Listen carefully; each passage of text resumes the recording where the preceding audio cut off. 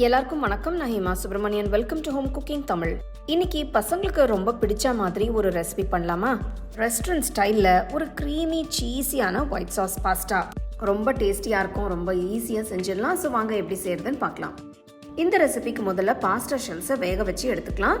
ஒரு பாத்திரத்தில் தண்ணி ஊற்றி நல்ல கொதி வந்ததும் 1 டீஸ்பூன் உப்பு சேர்த்து 2 கொதி விட்டு இதில் 2 கப் அளவுக்கு பென்னே பாஸ்தா ஷெல்ஸை சேர்த்து வேக வச்சுக்கலாம்.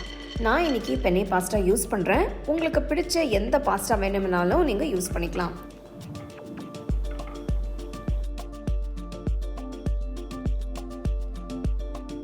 பாஸ்தாவை ரொம்ப வேக வச்சிட வேண்டாம்.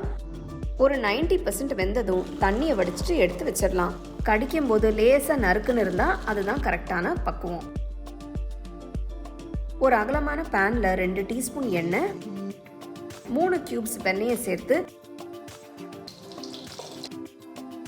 வெண்ணெய் உருகி வந்ததும் பொடுசா நறுக்கின 5 பல்லு பூண்டு, பொடுசா நறுக்கின 1 வெங்காயம், 2 டேபிள் ஸ்பூன் அளவுக்கு பொடுசா நறுக்கின கேரட், 1/4 கப் அளவுக்கு பொடுசா நறுக்கின பச்சை குடமிளகாய், 1/4 கப் அளவுக்கு பொடுசா நறுக்கின சிவப்பு குடமிளகாய், 1 கப் அளவுக்கு வேக வச்ச ஸ்வீட் கார்ன் சேர்த்து நல்லா வதக்குங்க.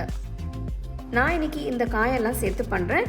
நீங்கள் மஷ்ரூம், ப்ராக்லி கூட இதே மாதிரி நல்லா பொடுசா நறுக்கி சேர்த்துக்கலாம்.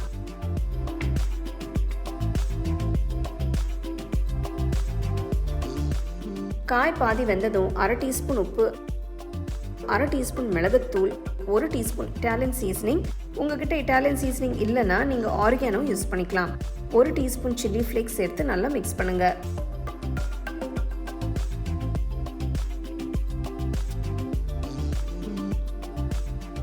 நல்லா மிக்ஸ் ஆனதும் வேக வச்ச பாஸ்தா ஷெல்ஸை சேர்த்துடலாம்.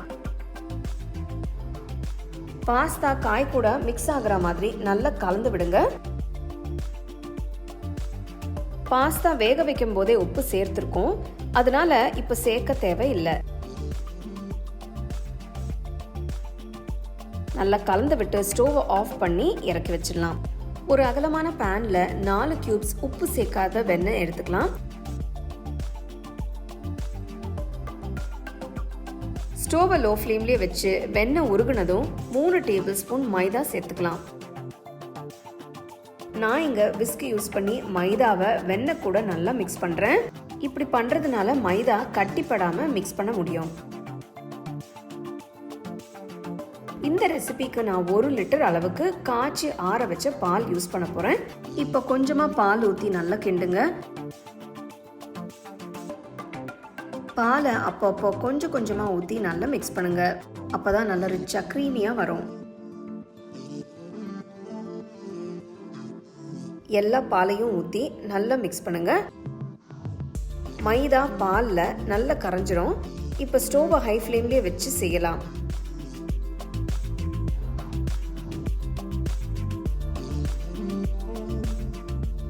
இதில் 1/2 டீஸ்பூன் உப்பு, 1/4 டீஸ்பூன் மிளகுத்தூள், 1 teaspoon chilli flakes, 1 teaspoon Italian seasoning சேர்த்து நல்லா மிக்ஸ் பண்ணுங்க. இந்த சாஸை இன்னும் ரிச்சாக க்ரீமியாக செய்ய நான் 4 ஸ்லைஸ் சீஸை இது கூட சேர்க்குறேன். சீஸ் ஸ்லைசஸ் நல்லா கரையட்டும், கிண்டி விட்டுட்டே இருங்க.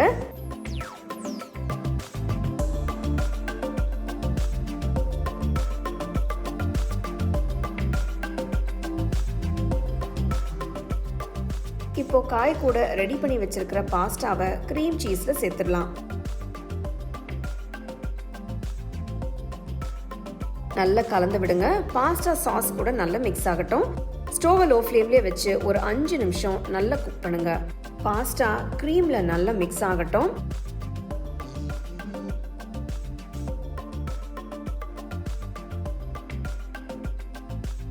அவ்வளோதாங்க, ரொம்பவே அருமையான க்ரீமியான சீஸி ஒயிட் சாஸ் பாஸ்தா தயாராகிடுச்சு.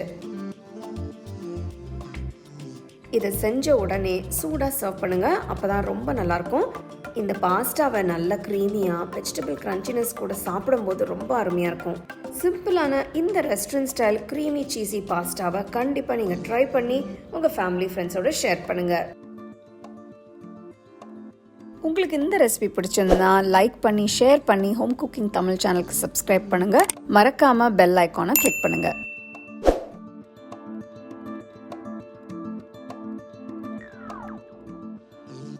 You can now buy the second edition of our home cooking book at shop.homecookingshow.in.